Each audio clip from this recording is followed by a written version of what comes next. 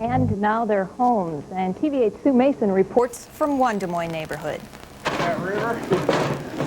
It's a bad situation. There's no doubt about it. Hundreds of residents on Des Moines' south side packed up their belongings, headed for higher ground. The water has already flooded several basements and streets around the southeast 9th and Granger area. But these residents know it's going to get worse. It's about a foot, and it's going to go over. This is what hundreds of people fear. The earthen levee is holding back the raging, overflowing Des Moines River. But they're afraid it's going to give way. That's what happened to this levee at 6th Avenue and Birdland Drive.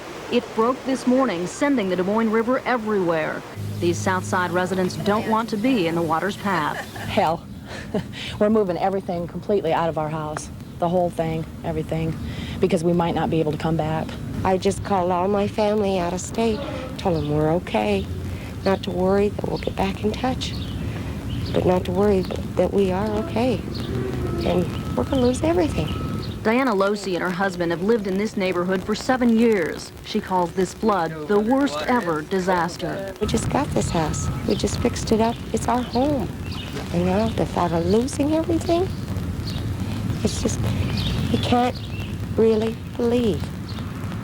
It's like losing a child or your husband or something. The thought of losing what we've built, it's just unbelievable. You just think God can't do that to us. These residents are moving out, many not knowing where they're going to stay and not knowing what they'll find when they're finally able to return. It upsets you, you know, it does make you mad. I guess there's really nothing you can't push clouds back, you can't. So here we are. Sue Mason, TV-8 News. And Sue tells us those Des Moines residents were told to evacuate early this morning when helicopters flew overhead to warn them about the levee and the possibility of it giving way. Now that water is cut off for Des Moines and surrounding areas, there are a lot of worries about how to get fresh water. Many suburbs that are part of Des Moines waterworks also are cut off, and they include Clive, Windsor Heights, Urbandale, Waukee, and Norwalk. In just a moment, we'll have a list of where you can get water here in Des Moines. Many grocery stores are making water available. Here's a list of some of them. Hy-Vee, including McKinley and Fleur, and East 26th and Euclid, Dolls at Aurora and Merle Hay. You are asked to bring your own container up to 5 gallons if you'd like. A lot of places are limiting the donors to 5 gallons. Dolls also included there on East 42nd and Hubble, and Target at 35th in West Des Moines. West Bank in West Des Moines is another one of the locations. Now, if you cannot get to any of these sites or need help in getting fresh water, you can call this number, 1-800-528-5266. If you live in Des Moines, the number to call is 281-8356. Now, if you're going to use water from your tap, here's what you need to know. It is safe to bathe and wash clothes, but here's the important part. If you're going to use it for cooking, drinking, or washing dishes, you must boil it for at least 2 minutes. The water is not safe to drink from your tap. That water is contaminated. Even if it looks clean out of your tap, boil it. Also, the water that floods streets is very, very dirty. It's not advised to use it for drinking. Some of it has raw sewage in it. You're urged to stay out of it. It is a public health risk. It's especially important to stay away from that high water on the streets if you have any kind of cuts, even mosquito bites that you have scratched. We know that a lot of you are concerned about flushing your toilets, and here's how you can do it. You can use tap water or even river water or water from your drain pipes and pour it down into the toilet bowl. The pressure then will force the waste and the water down the pipes. Well, one of the hardest hit areas here in central Iowa is West Des Moines, and that's where we find TV-8's Todd Magel, who's been reporting live there throughout the day. The big concern now is keeping the West Des Moines waterworks operating. And Todd, what's the latest? Well, Sarah, I should say that in my 10 years of reporting for TV-8 News, I don't think we've ever covered a disaster of this magnitude, and that's why we're in West Des Moines, because this is really a good news, bad news situation. Let's talk about the bad news first, unfortunately. Photographer Donna Smith will pan down to the area of Railroad Avenue near 5th Street. That's the Valley Junction area. And last night, I think we have some videotape, the National Guard videotape of this area before or just as this earthen levee broke. The National Guard, I believe, took these pictures along with TV-8 News, and this was the scene as the water ripped through the man-made levee there and completely engulfed the Valley Junction area. We're looking at about 5 feet of water now all the way from Railroad all the way north to Vine Street. Dozens of businesses that are used to flooding, I don't believe, are used to this kind of flooding. This is the worst most people that we've talked to down there say they've ever seen. Let's move up the street now a little bit farther to the West Des Moines Waterworks plant, and that, I'm told, is the good news.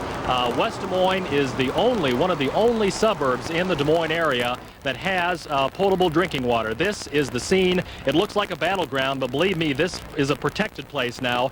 I imagine there are literally thousands of sandbags that thousands of volunteers have worked on for most of the day. West Des Moines has its own safe water, and they're protecting the area. You can see sandbaggers still here. They've been here as long as we've been here, probably 14 hours, if not longer today, protecting the building from an imminent threat of the Raccoon River as it comes up. Now, to this date, the river hasn't been this far up, but they're not taking any chances. There's two levees here, one next to the building and one just a little bit farther away from that. I think they're about 9 feet tall. The expert on all this, and this is the man that's got all the information about the water here in West Des Moines and where it's going and how it's being used, is Larry Anderson. Larry, thanks again for joining us here on TV-8 News. We should talk about, first of all, why is West Des Moines water safe and why isn't the rest of the metro system safe today? At this particular point, it's because of the water plant that you just showed pictures of and the supply that West Des Moines has to take care of most of the needs in this particular part of the metro area. With it being a separate system, this particular time we're fortunate and are still able to pump water from the ground and to be able to treat it. Very fortunate, I might add. Now, what are the risks of having the raccoon come up now, and why all the sandbagging efforts today? How much can you protect this area and continue for it to be safe? We can probably take somewhere in the neighborhood of about 4 feet or thereabouts of water over the plant area and the wells that are adjacent to the plant without getting ourselves into trouble. Beyond that, we may have problems similar here to the ones experienced with the Des Moines Waterworks. Basically, it's the same situation. The river comes in, contaminates the finished water tankage at the plant, and at that point you have to shut the pumps down or you pump river water out in the piping system throughout the city, and that would be a terrible situation to try to have. Water, a precious commodity in the metro area today. How precious is your water? Who's using it? And who are you giving it to use in the other parts of town? We have water available at Valley West Mall, and as you saw earlier in the newscast, there are outlet points throughout the metro area where water can be made available in some fashion. We'd like people to ration themselves in water, but it's available to those that actually need the water. We would like them to use it for essential purposes, not for washing cars or something of that nature that can be postponed a while. Good advice to heed. One more question. You've had a lot of volunteers. I know you had a bullhorn and tried to thank them. I'll give you an opportunity here to thank them today for all their work. This is a central Iowa effort. We had people here from all the cities in the metro area, from Polk County, from the surrounding counties, more people than we could even begin to count. Our hats are off. We say thanks. Okay, Larry Anderson, thanks very much for joining us. I know you've still got work to do. We'll let you go. We do have a couple more bits of information we have to give you about West Des Moines. As we mentioned, in Valley Junction, about 3,500 people are without their homes. They were evacuated today because of the rising water. There was a shelter set up at Stillwell Junior High School. That facility lost power earlier today, and that means now the Red Cross and the shelters are set up at Western Hills School, which is farther west. It's Western Hills School at 39th and Western Hills Drive. So if you need any help as far as a shelter, if you're a bit evacuated and don't have a place to go, that's the place to go. They ask that you bring any supplies that you can, but they'll try to provide a nice, comfortable place to sleep and, of course, lots of food. A little bit later in the news, we'll talk about all the volunteer efforts here, all of the volunteer efforts by people bringing in food all day long. It's been a Herculean task, literally. We've watched today as this wall went from nothing to surrounding this area. That, I hope, means that this water will be safe so that we can use it in West Des Moines and the folks around the city can use it as well. We'll throw it back to you in the newsroom. Okay, thanks a lot, Todd, and we will be checking in with you a little bit later on. And still to come here on TV-8 News, we'll have the latest on what's in store for downtown Des Moines workers tomorrow. And we'll talk live with Governor Branstad about the statewide disaster with all this flooding. We'll be right back. Hey, want to see how AT&T could save you more than MCI or Sprint? No, really. First, go find your last phone bill. Trust me, it's worth it. You're not going to do it, are you? Okay. Look at this bill. See, most people call the same way, to one area code, over and over. And this is just 1 month. Imagine a whole year. Well, if you spend $40 a month on long distance, AT&T will give you 25% off to that one area code you're always calling. Now, Write down this number, 1-800-437-0966. It's how to get 25% off AT&T calls to any one area code you select any time of day. It's free. Plus, we'll give you 15% off the rest of your calls. So, like I said, AT&T could save you more than MCI or Sprint. And you didn't believe me. Call now for 25% off where it means the most. Just another part of the I plan. This whole day of fishing is brought to you by Ultrathon Insect Repellent and its unique controlled release formula. At last, all day without a bite. TV-8 News is now closed captioned for the hearing impaired.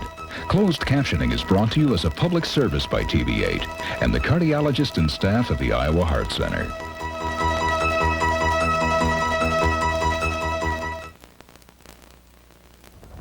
Well, our coverage of the Des Moines flooding crisis continues now. Floodwaters at every turn in central Iowa.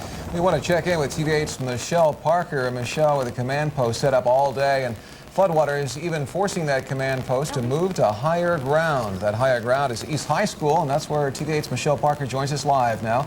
Michelle, what's the latest word in disaster planning by state and city officials there?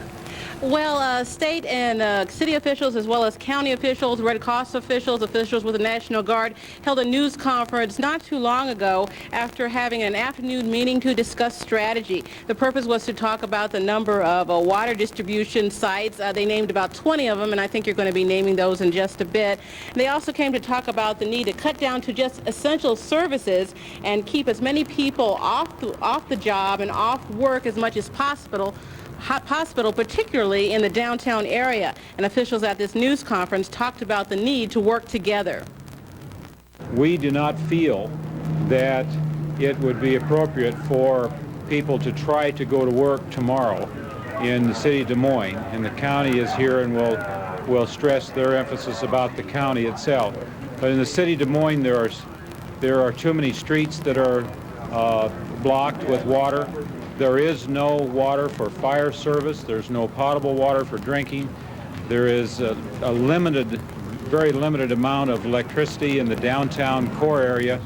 So the city of Des Moines is still in a disaster mode, and we thoroughly encourage people not to try and go to work tomorrow. Due to the closing of several major arteries, congestion can be a real problem in terms of doing business, and therefore we are asking on behalf of the business community that the request to scale down business operations to a skeletal crew be adhered to avoid that congestion problem so that the public officials can go about doing their jobs that need to be done.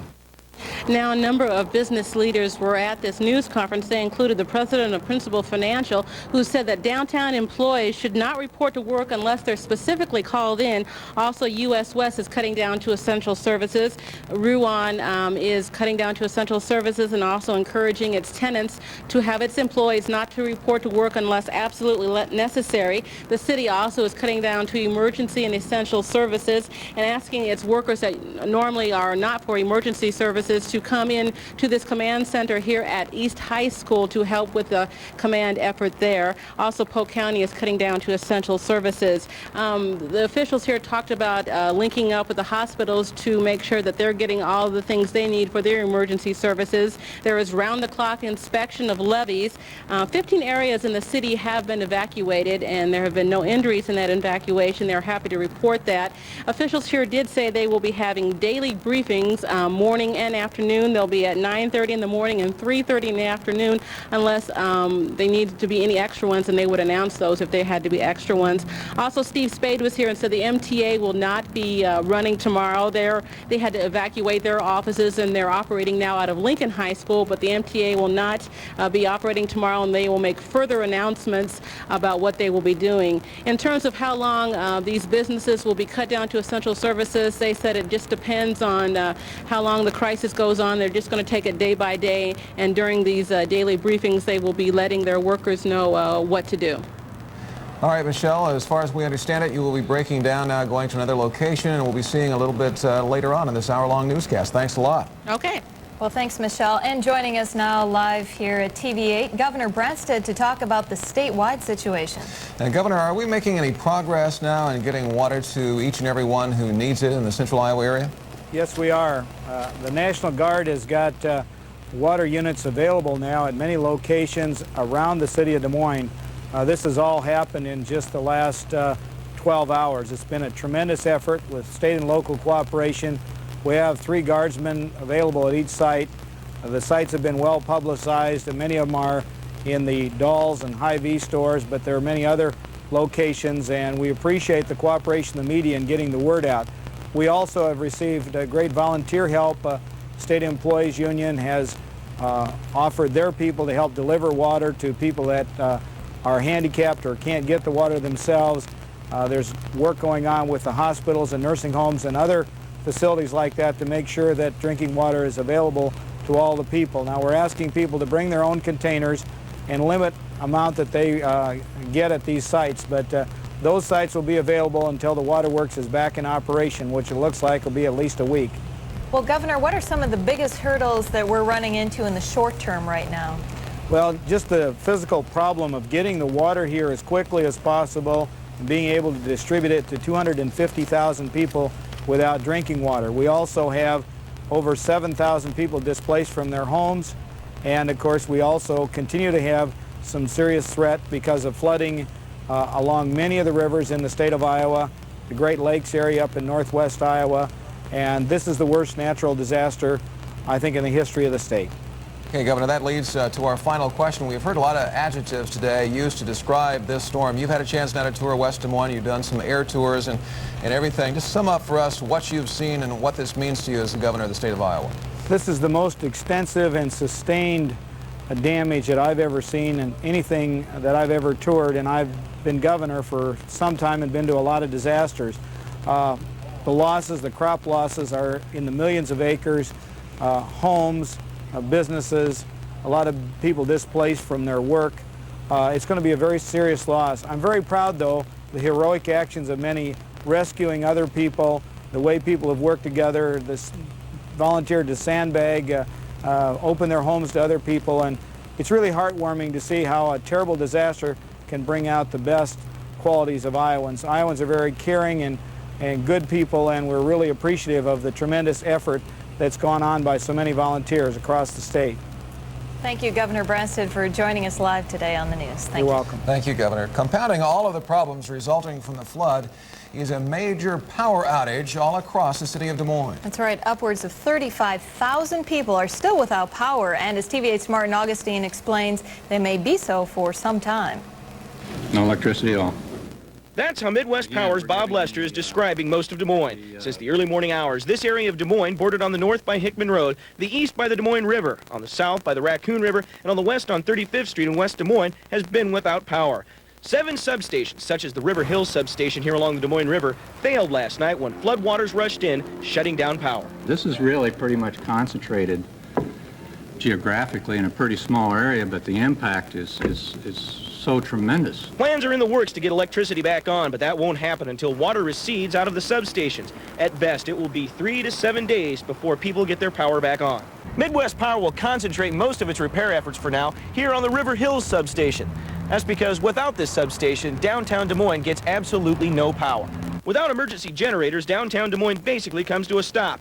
No traffic signals, elevators, or computers. Even the Des Moines Register presses can't run. The newspaper will be printed for now in Iowa City and be trucked back to Des Moines. Monday's edition will only be 8 pages, with delivery restricted to central Iowa.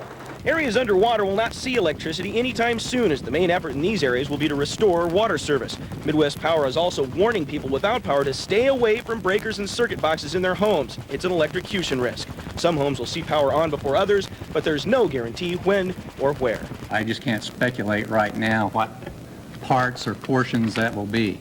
Martin Augustine, TV-8 News. Now, water is one of 2 major crises facing Des Moines tonight, the other electricity. That's right. Tens of thousands of homes could be out for days, as Martin just mentioned. And joining us live from the newsroom with Midwest Power is Bob Lester. And Mr. Lester, thanks a lot for joining us. The first question we have for you now is the latest total. Give us an updated total in terms of the number of homes without electricity in the Des Moines Metro. It's still pretty much what it was at the noon hour, Steve, 30 to 35,000 customers, and still the same number, 7 substations that we talked about earlier are still off. We are making some progress on the River Hill substation as far as pumping the water out and starting the cleanup down there. Why is it taking so long to bring the power back to some people?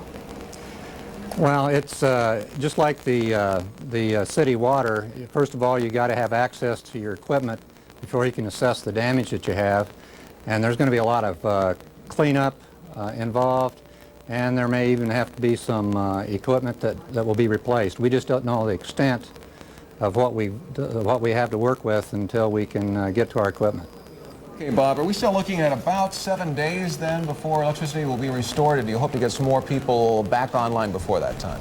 Yes, we're saying in 7, perhaps in excess of 7 days before everyone's back on, and that means that hopefully certainly we'll have some before that time period, but we're still optimistic that 7 days, perhaps a little bit in excess of that, would at this time seems appropriate from what we've seen so far.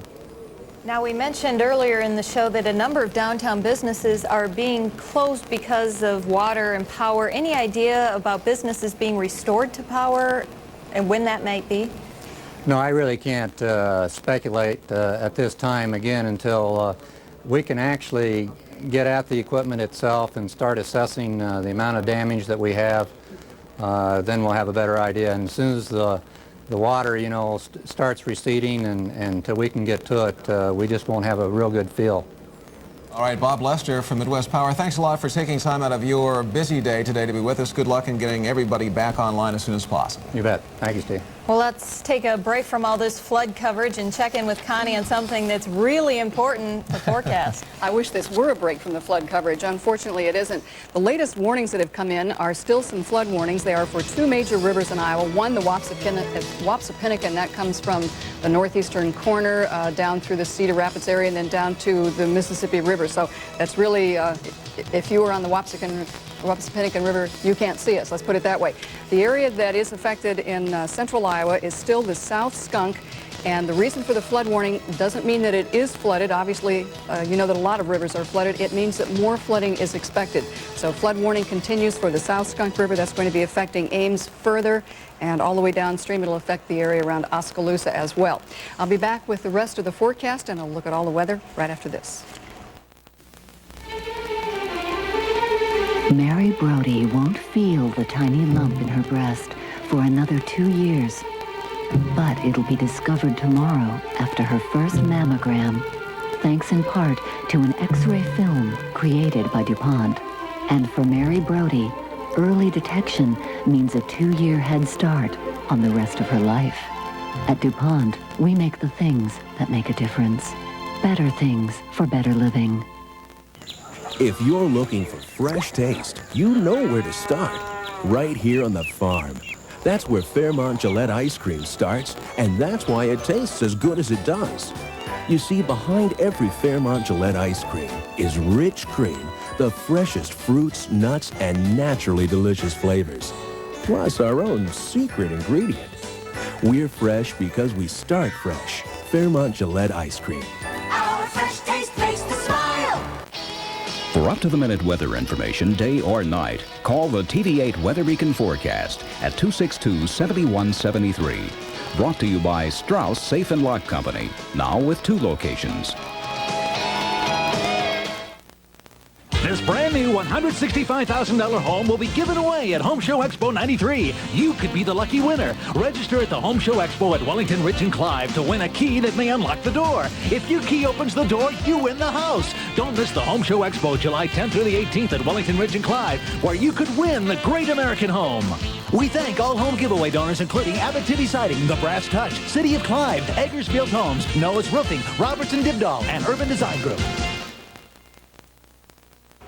Well, there's a look with live Skycam. It's the same view that you've been seeing for the past couple of days. Too much water everywhere. Partly sunny skies with 76 degrees. The northwesterly winds that came in did bring somewhat drier air, and they should bring a break in the rain, and that right now is the most important thing that can happen. Dew point is still high. It's at 68%. The relative humidity at 76%. The barometer is rising at 29.99, which can only be good at this point.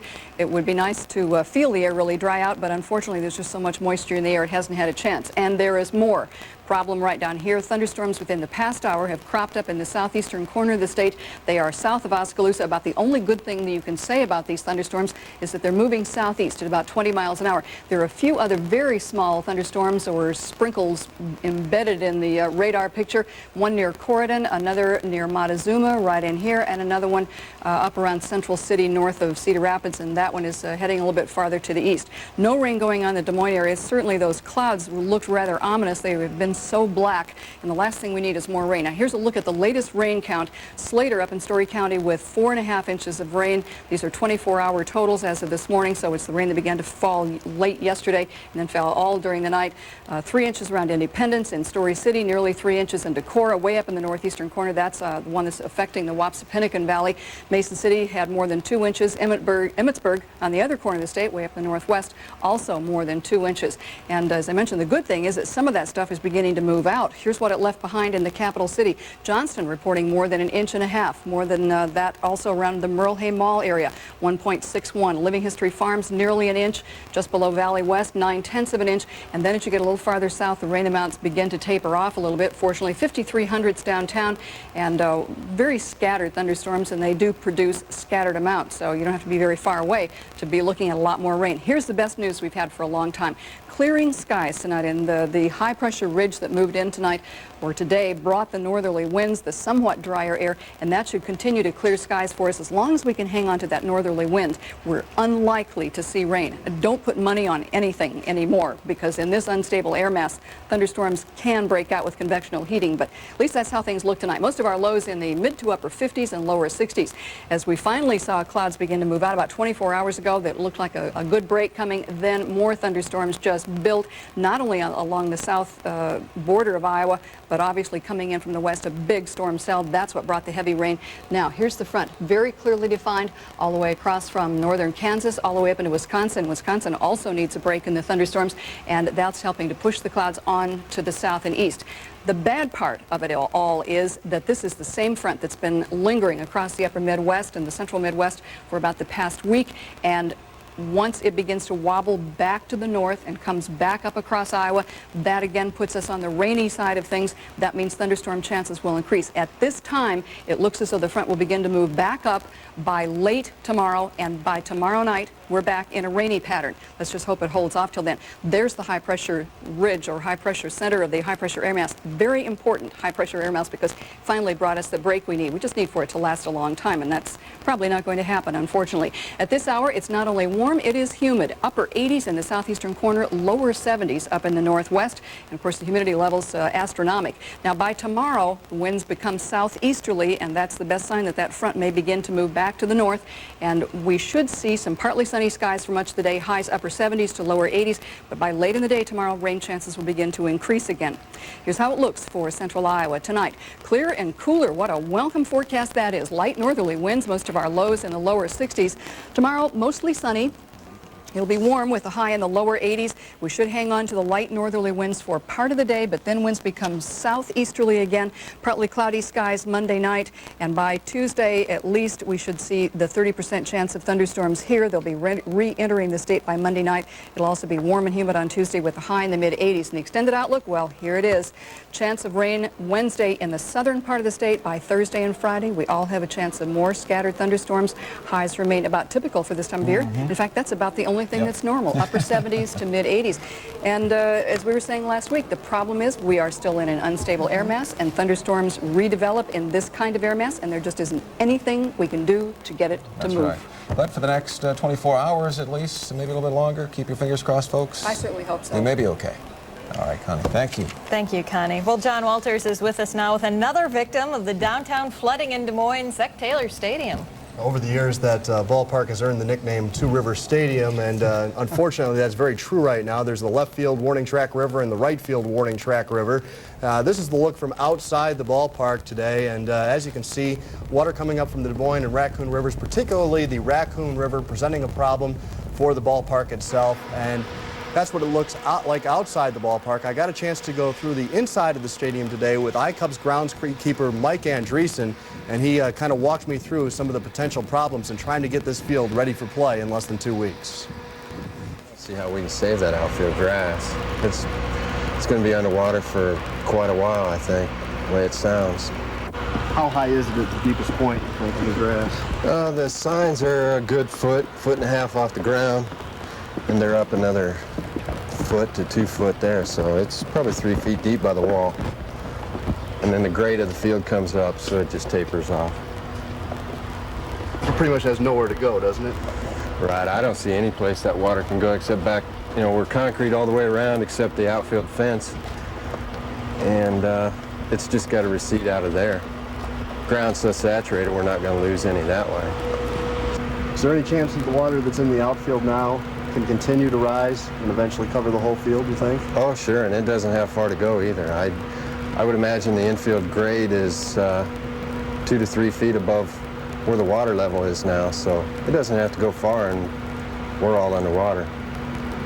Looks like the dugouts aren't in real good shape either. No, all the boards came up. We got to start over there. They have drains that drain into the sewer system. I'm sure the water came up from there, and we just have to wait for that to go down. I don't know when that'll be.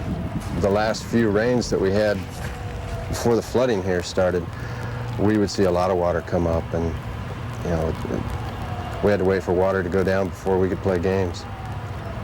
Teams due back a week from Friday. Any chance at all of the team being able to play on this field in the foreseeable future? Normally, I guess I would say no, there's no chance as far as I'm concerned, but with the construction of the new stadium last spring, we know how fast that stuff can come together, and yeah, we're going to make every effort we can and get the people in that it takes, and everything will have to fall into place, and if it does, we'll be all right. If things don't fall into place and we're unlucky like everyone else is. Wishful thinking, best case scenario, what would happen? Oh, best case scenario, no more rain. The water levels go down, you know, and we'll just start at first base and work our way around. And everybody down at the ballpark tells me that Mike Andreessen's the best in the business, so if anybody can get that ballpark playable, it's him. Go to it, Mike. We're counting on you. Absolutely. All right, thank you, John. Next on the TV-8 News, coverage of the flood crisis continues with a water update from the National Guard. And we'll also talk with TV-8's Jeff Greenwood. He has some astounding views from the air when our special hour-long edition of TV-8 News continues. The water difference, it's something you can hear. Ever since I was a little girl, I wanted to help people here. There's no way I can describe the joy I feel when I see someone's face light up after they haven't heard for years. It's wonderful to know I've helped improve a person's life. Come hear the water difference. Hear it today. Little joys can come to anyone. The best things in life are free. And dreams come true for everyone. The best things in life are free. The sweet hands you hold as you're both growing old. Unfortunately, the best things in life aren't free. Not even at your neighborhood East Bank. But we do our best. We're your bank for all reasons. Dare to be different. During Wiley's summer anniversary sale, it's time for a change, and you'll save 20 to 70% off your frames when the professionals at Wiley's fit you with a style of glasses that bring out the real you. Just ask those in the know where the hottest, most fashionable eyewear comes from, and they'll tell you Wiley's. Go ahead. Dare to be different. There's never been a better time than now during Wiley's summer anniversary sale at all 8 Wiley locations. Welcome back to our special hour-long edition of TV-8 News at 5. Right now, we're going back to the East High Command Center here in Des Moines for a live interview. That's right. Colonel Jerry Gordon with the National Guard joins us now live. And what is the water situation now as we look at it in Des Moines? Now, you're talking about the drinking water or the flood itself? Well, the drinking water at this point. The drinking water is still remaining a coordination issue, and we're gradually getting those sites up, and we appreciate the media commenting frequently to your viewers when those sites come up with operational water points. And so we'll continue to rely on you as these sites come up. We're getting water into the city, and we're getting those sites gradually equipped. Colonel Gordon, we have mentioned throughout the afternoon here on TV-8 that folks should go to Hy-Vee food stores, Doll food stores, and we've mentioned a few other locations for water. How long is it going to be, do you think, before you have your full water network set up? I would say it's going to take another day before we get the full setup. Every time we get a site up, we make it operational. We don't wait at all, and I think that's very important. And we have some operational now, and we will continue a diligent effort throughout the night. It's 24-hour operation, and we'll continue to press. With this number of people, we're going to have to put on a number of sites, and this equipment is coming from a distance. Well, Colonel Jerry Gordon with the National Guard, thank you for bringing us up to date on the latest in water situation. Thank you very much. Residents along the Des Moines River are worried about what the outflows are along the Red Rock and Saylorville dams. And right now, here's how the numbers add up. The heavy water means outflow at Red Rock has increased to 95,000 cubic feet per second. And late this afternoon, they've informed us they will increase the outflow ultimately to 100,000 cubic feet per second. All that water is causing a disaster in Des Moines. It had to rush through Saylorville Lake first, but the outflow there has been decreased to 39,000 cubic feet per second. And joining us now live from the newsroom is Saylorville Lake Manager Jerry DeMars. And Jerry, first of all, why was the outflow at Saylorville decreased? Well, at 11 o'clock this morning, we reduced the flows from 40,000 to 34,000 CFS, and that's to provide some relief for the levee system in Des Moines until the flows from the Raccoon subside. All right, Jerry, tell us, you've perhaps had a chance to hear the most recent forecast, maybe even heard Connie there just a second ago. Knowing what you know about the weather situation right now, what do you think the lake level is going to look like in the next couple of days? Is the forecast for you in the short term anyway good news or bad news? Well, we expect the lake level to go up about another foot over the next 24 to 36 hours. And then expecting a crest on Tuesday, it should start going down rather slowly. But we expect our crest on Tuesday. Well, right now, how much can the lake help relieve the severe flooding that we're experiencing in Des Moines tonight? Well, we don't expect to make another gate change through this period. As the lake level goes up, the flows will increase, but hopefully this will be offset by any decrease in flows from the Raccoon River. Jerry, just a final question for you. You said another crest coming up in the next couple of days. Any idea how high that's going to be? We're expecting it to be somewhere around 891.8, which is about a foot above where it is right now. All right, Jerry DeMars with the Corps of Engineers, thanks for joining us. Now, about the only way to comprehend the scope of this historic flood in Des Moines and central Iowa is, of course, from the air, where you get the best pictures. From West Des Moines to downtown Des Moines to the city's south side, it's all underwater. TV-8 News on several helicopter tours today, and our Jeff Greenwood reports now from the air.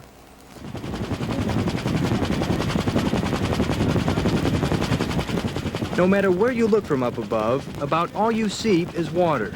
The fast and dramatic levee break in West Des Moines Valley Junction Saturday night has left a long-term devastating mark on businesses, homes, and people.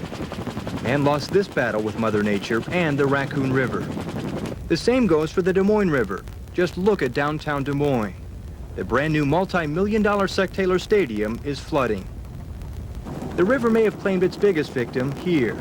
Just southwest of downtown, the Des Moines Waterworks is underwater. And so is its purification equipment. It may be a week before they get this complex dry, up, and running. Fly north toward Birdland Park and you'll see this. The river was just too much for a last-minute levee, and water gushed into Birdland Park and Des Moines North High School. It too is underwater. And farther north in Ames, that city is still reeling from Friday's floods. There's millions of dollars in damage here. A good chunk of the ISU campus is still underwater. And so is a nearby mobile home park. The South Skunk River and Squaw Creek still flow way out of their banks. Much of Des Moines and West Des Moines' headaches begin here at Saylorville Lake. The dam's phenomenal outflow is just too much for the riverbanks and levees to handle.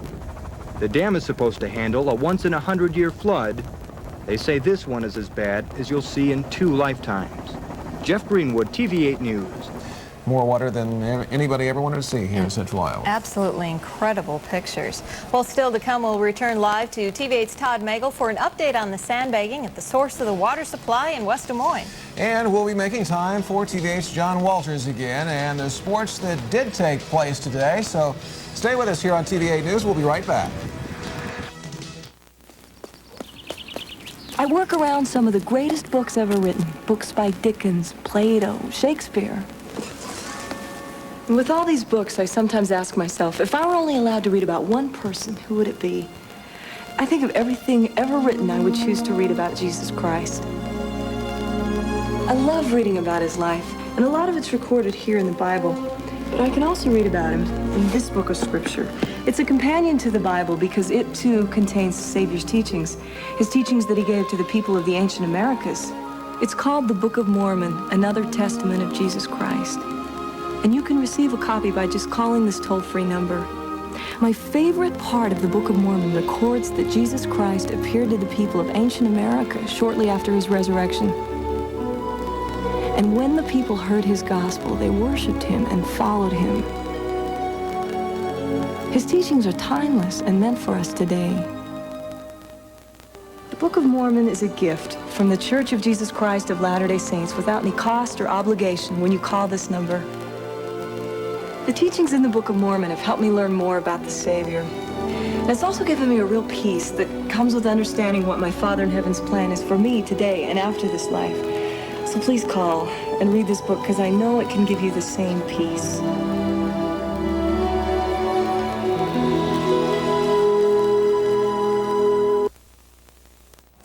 Well, welcome back to our hour-long edition of the TV-8 News. A lot of important information to give you about the flooding disaster in Des Moines. Now, water is now available at Dahl's and Hy-Vee and Casey's stores in Metro Des Moines if you can bring along your own container. Right now, let's check in with TV-8's Todd Magel at the water treatment plant in West Des Moines where the water still flows. And Todd, how are they holding out there? Well, actually, they're just about done with their efforts here. Let's take a look at the plant itself here. This is the after effect of thousands of efforts, thousands of workers' efforts here putting up these sandbags around the one big major safe water supply left in the Metro Des Moines area. This is the Waterworks treatment plant. All the workers have gone now. They've done their job, and they hope the water doesn't come up to take advantage of this. Let's take a look downstream one more time at the flooding in Valley Junction. This is about the scene as far as we can see along 5th, just across the railroad tracks and the levee, 5th and Railroad, and you can see the water is still there, although they say it has receded a small bit. Here's some aerial views of Valley Junction.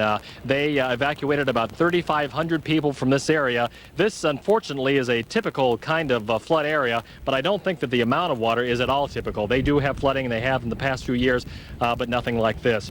We should mention a couple of things, too, about the Raccoon River.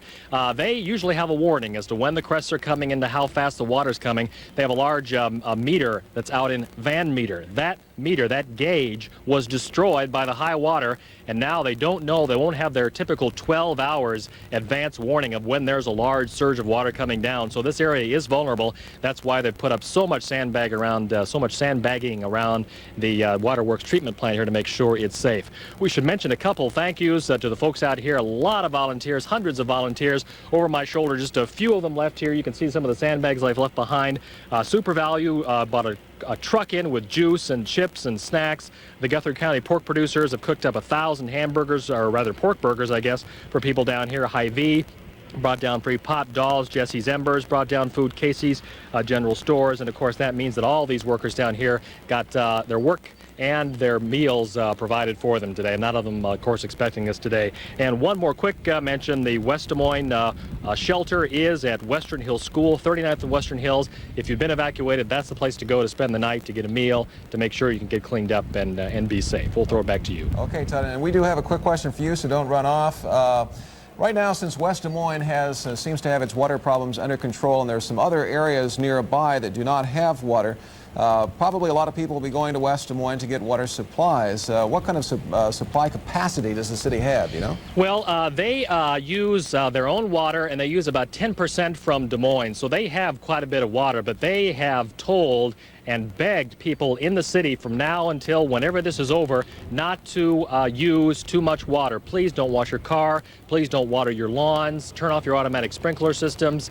Don't use any water that you don't absolutely need, because West Des Moines may be the only place to get clean water for at least a week, possibly even more than a week for all of the metro communities, because most of them use Des Moines water. We were talking to Clive residents who would come down here, and some of the expensive developments out there in the Country Club, they are in the same situation as everybody else. They don't have any water, so they need to make sure that they can come in. They talked about, I believe, some of the water being given away at Valley West Mall. I think earlier they had some tanker trucks up there. We'll know a little bit more about that as this situation unfolds later tonight. So the key word is conserve, right, Todd? That's right, and not conserve, but ration. Don't use too much water. They can't stress that strongly enough here in West Des Moines. The C word and the R word. Thanks a lot, Todd. Thanks, Todd. And joining us now is TV-8's John Walters. He's back again. Yes, there is other news and other sports other than the flood today, and John's here with that. And unfortunately, the most important sports news was over at Sec Taylor Stadium. And as we showed you earlier in this newscast, the ballpark at Sec Taylor Stadium is partially underwater at this hour. Almost 2 feet of standing water at the outfield fence. The I-Cubs aren't scheduled to play another home game until July 23rd. It will take some doing and some luck to have the field ready by then. The I-Cubs are at Buffalo tonight, fortunately, and that game is just getting underway. We'll have some more pictures of Sec Taylor Stadium tonight at 10. Now on to the majors and the battle of divisional leaders in the National League. Yesterday, the Phillies and Giants had to put up with temperatures well over 100 degrees. And today, if we can see the videotape of the Phillies and Giants, the National League highlights, we'll see that it wasn't much more comfortable out there at Veterans Stadium. And apparently we're getting that tape ready to go as we speak. And there is Barry Bonds. As you can see, not exactly air-conditioned out there in left field at Veterans Stadium, but Bonds is red hot at the plate as well. The rocket to deep left center just about makes it out of the ballpark, high off the wall for a double. 2 runs would score, and the Giants were up 5-1. Then former I-Cub Dave Martinez came through with another solid base hit. That scored Bonds. The Giants, for the 3rd time in 4 games, pound the Phillies 10-2 the final. Elsewhere, Houston beat the Cubs again. That's 3 in a row. Pittsburgh edged Cincinnati. Montreal was a 5-4 winner over San Diego, and Colorado knocked off the Cardinals 4-1. In the American League this afternoon, the Chicago White Sox trying to cling on to first place in the West as they visited Baltimore. First inning, Big Frank, Big Crank. 19th home run of the year for Frank Thomas, a 3-run shot. It gave the Sox the early lead. Then in the 7th inning, Big Frank, Big Crank, the sequel. A 2-run shot to right center, number 20 on the year for Thomas. The Sox would win this one big, 11-5 the final. Chicago hangs on to first in the West, and they needed that victory because Kansas City beat Detroit today 6-2. Texas jumped on the Jays again, 11-6 the final this time. Milwaukee edged the Twins 5-4. Urbana native Cal Eldred picking up his 10th victory. Boston leads Oakland in the 7th inning. The Yankees are trying to hold on against California, and Seattle leads Cleveland 3-2 in the 6th inning. In golf today, several tournaments to tell you about, starting with the Hawkeye Open in Iowa City. Today, the final round of this waterlogged stop on the Nike Tour, and Dave Stockton Jr. would pull away for the victory, finishing the 54-hole event at 13 under par 200. That was good for a 4-stroke win over Mike Heinen. 4 others were another shot back. At the U.S. Senior Open in Denver today, crowd favorite Jack Nicklaus held on for the victory, finishing 6 under par for the tournament, 1 stroke better than Tom Weiskopf. Kermit Zarley, the man with the 2nd best name in golf, was 3rd. And at the PGA Busch Classic today, Jim Gallagher Jr. made a late charge for a 2-stroke victory over Chip Beck, the man with the best name in golf. 3 others were another shot back. An American was the winner at today's stage of the Tour de France, the 8th stage. Lance Armstrong of Plano, Texas, earning the victory. He called this one of the greatest days of his life. I wish we could say the same. Johan Mayuseu of Belgium is still the overall leader. Defending champion Miguel Indurain is over 3 minutes behind. And in NASCAR racing today, Rusty Wallace won the Slick 50 300 in New Hampshire. Wallace holding on for the final 29 laps as the leader. It was his 5th win of the year. Mark Martin came in 2nd and Davey Allison was 3rd. And tonight at 10 we'll have more pictures of the ballpark because it's pretty amazing. And the problem is it could get worse over there. Wow. Thanks a lot, John. Well, we'll be back with the latest on the flooding crisis right after this break.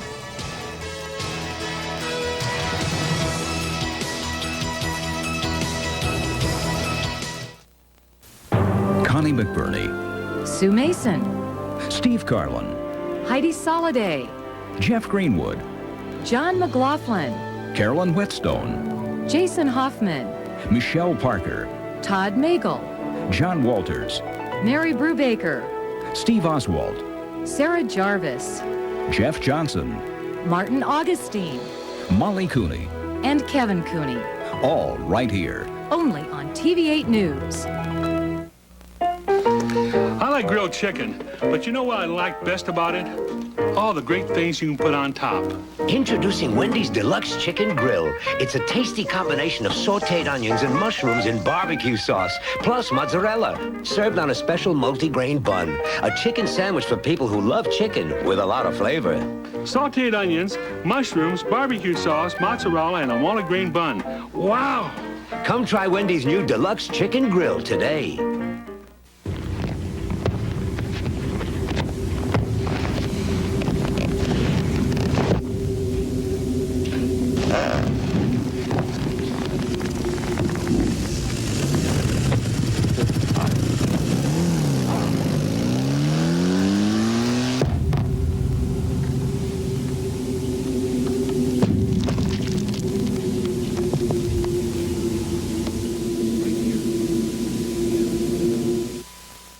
Well, recapping our top story, a record-smashing flood along the Des Moines and Raccoon Rivers has paralyzed the city. No water service for perhaps 1 week to all Des Moines Waterworks customers. Bottled water is now available at Dahl's, at Hy-Vee's, and at Casey's stores. Also, no electricity for days for tens of thousands of customers. Most of them are on the west side of Des Moines. And along with all the flooding today is the need to find water in the Des Moines and central Iowa area. And we have now a couple of answers to some of the questions you may be asking. First of all, what do you do if you want to know where you can pick up water, but you're not quite sure where you go? And here's the telephone number to call. In that case, it is 262-5055. That's 262-5055. You telephone that number and they'll tell you where to go for water.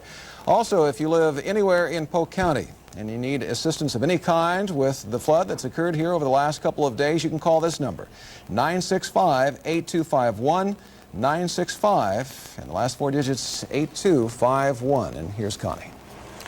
Well, first of all, let's take a look at live radar. The last thing we need is more rain, but there in the southeastern corner of the state, heavy thunderstorms.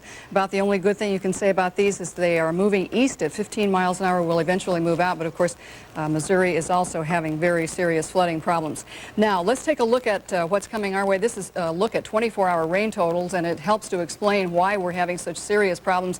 Heavy rains around Slater, Independence, Story City, all of that feeding the Skunk and Squaw Creek areas. The Skunk River has been under a flood warning. That doesn't mean that it is flooding. That means that more flooding is expected as a result of all of the additional rain that we had this morning. So that's going to be affecting a large area all the way from north central Iowa all the way down to Oskaloosa, way down in the southeastern corner. Now here's a look of rainfall amounts around the metro area, over 1.5 inches in the northwestern corner, a little less in the southern part of the city, but very spotty rainfalls tend to leave very spotty amounts, so you may have had considerably more than this. The good news for tonight is that skies are expected to clear. It's going to be warm, lows in the upper 50s to lower 60s. Rain chances tonight will remain rather slim because the northerly winds brought in not only the clearing but the cooler and drier air, which is exactly what we need. There has been so much rain, of course, that the ground is wet. That moisture continues to evaporate, and that keeps a lot of moisture in the air and keeps the humidity high. Tomorrow, at this point, looks as though most of the day we should avoid rain, highs in the upper 70s to lower 80s, but winds will become southeastern westerly tomorrow, and that does bring a chance of the showers and thunderstorms coming back into the state by tomorrow, and they're likely to last through tomorrow night. Here's how the forecast looks tonight. Partly cloudy skies with a low in the mid-60s or low to mid-60s. Light northerly winds. Mostly sunny tomorrow. We'll see a high in the lower 80s. Light northerly winds by tomorrow. Monday night, partly cloudy with a low in the mid-60s, and then on Tuesday, partly sunny, and that is when the 30% chance of thunderstorms is likely to come in here. They may be entering the state by late tomorrow. So I'd like to just end before we get away by thanking Jason Hoffman, who had been here since 6 o'clock. We sent him home. He was exhausted like everybody else. And I mentioned one more water source is your dehumidifier. If you have power, it's water you can wash with. It's probably not good water to drink, but goodness knows there's lots of moisture in the air. Basically distilled water. Yes. As it were. That's right. Thank you, Connie. Thank you, Connie. And we, of course, will be bringing you up to date on the latest flooding situation throughout the evening.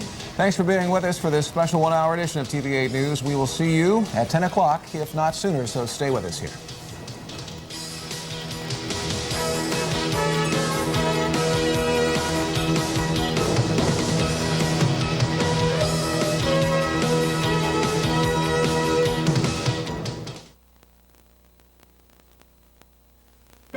At Charlie's in Boston, it wouldn't be breakfast without cranberry pancakes on the griddle and CBS This Morning on the set. At the